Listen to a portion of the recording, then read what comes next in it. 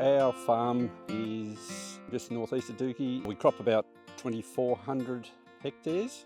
We're trying to get into a 3-year rotation of wheat, canola and beans as our legume. Our normal rainfall should be about 525 the last few years. Yes, it's done that. We tried wheat and vetch in our system when we were trying to get a legume going on lighter soils. Grew beans, of course, on the better soils.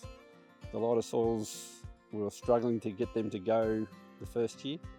So we've been trying wheat and vetch as a hay crop, and it worked fine for the first year or so.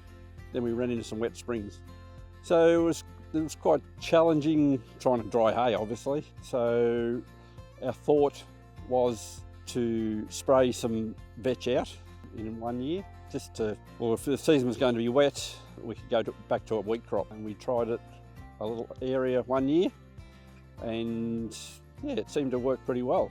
Our rate of vetch and wheat was about 45 kilos of vetch and 10 kilos of wheat as a hay crop.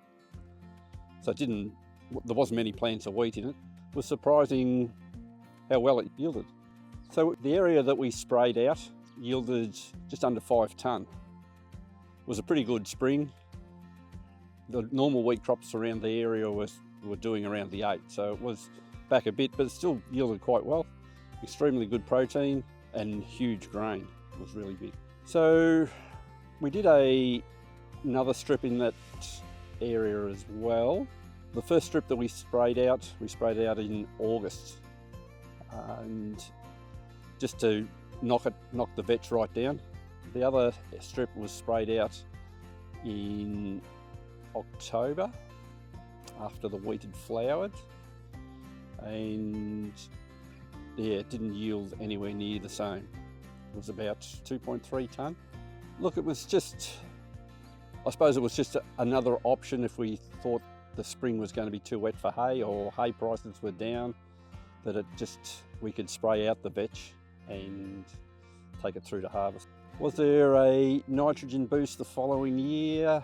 Yes, there was, but we didn't see any difference where we took out the vetch earlier compared to later. It was just a good legume crop. Would we do it again? We did try it again the following year, and we increased the wheat rate up to 15 kilos to try and get a little bit more wheat there and hopefully yield a little bit better. It didn't really, so no, we haven't done it again since. We've just stayed with our beans.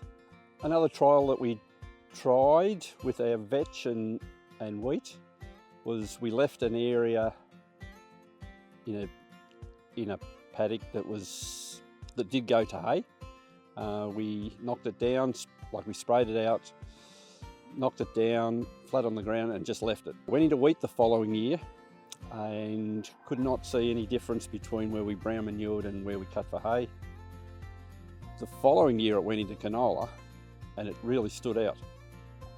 We tried to get a yield off it, but we had a huge hailstorm that spring, and yeah, it was nearly a wipeout, so we didn't really get any results out of it. The reason for having a cereal of sort in the mix is to try and keep the vetch up and disease out of it. No, we didn't see any disease, but we did spray fungicides out for disease in the vetch. But the only comment the agronomist did make the following year, having a cereal in there and then going back to a cereal, was leaf disease carrying through with two cereal crops in a row.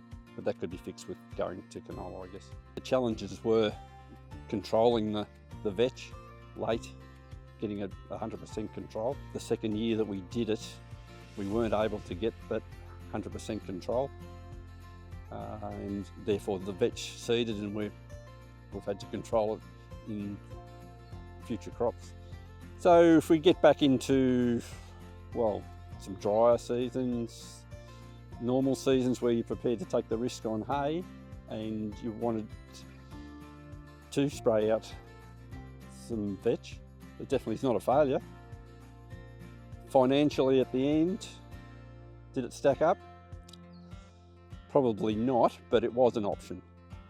So yes, it did work, but financially, I guess we've gone with the beans.